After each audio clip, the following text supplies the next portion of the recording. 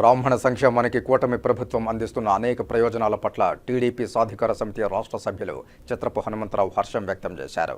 గురువారం సాయంత్రం తిరుపతి రాములవారి దక్షిణ మాడవీధిలో గల వారి కార్యాలయంలో మాట్లాడుతూ దేవాదాయ శాఖలో పనిచేస్తున్న అర్చకుల జీతాల పెంపు, ధూపదీప నైవేద్యాలకు నిధులను పెంచడం పట్ల చిత్రపు హనుమంతరావు సంతోషం వ్యక్తం చేశారు. ఈ సందర్భంగా ముఖ్యమంత్రి చంద్రబాబు నాయుడుకు ఉమ్మడి చిత్తూరు జిల్లాలోని బ్రాహ్మణుల తరపున కృతజ్ఞతలు తెలియజేశారు. ఓం నమో వెంకటేశాయ.